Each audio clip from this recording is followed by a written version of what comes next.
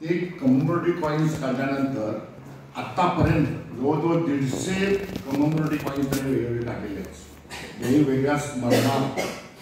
आणि हे वेगवेगळ्या स्मरणात काढलेले कॉईन्स सगळेच्या सगळे माझ्याकडे आहेत.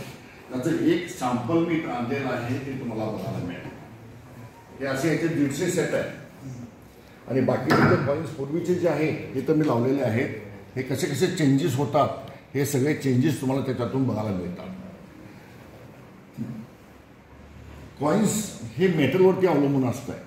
मेटल महाग झालं म्हणजे ते कॉईन्स वितळले जातात आणि ते कामाला उपयोग करतात. मग दुसरं मेटल, स्वस्तातलं मेटल अशा पद्धतीनं कॉईन्सची व्हॅल्यू कमी होत जाते. आणि मग मेटल चेंज केल्यानंतर त्याला ते बरोबर टॅली होत असतं.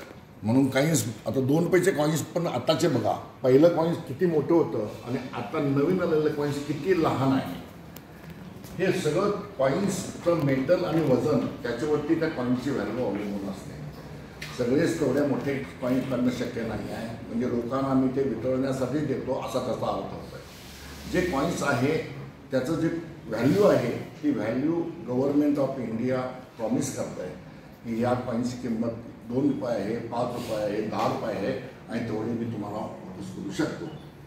पण जेव्हा त्याची किंमत वाढते, किंमत वाढल्यानंतर ते विकायला सुरू करतात बाहेर. ह्या पद्धतीनं जे असं होतं आहे हे कॉईन्स कम्प्लिटली असे चेंज होत राहतात. मध्ये मध्ये तर कॉईन्स मेटल अजिबात मिळत नव्हतं. त्यावेळेला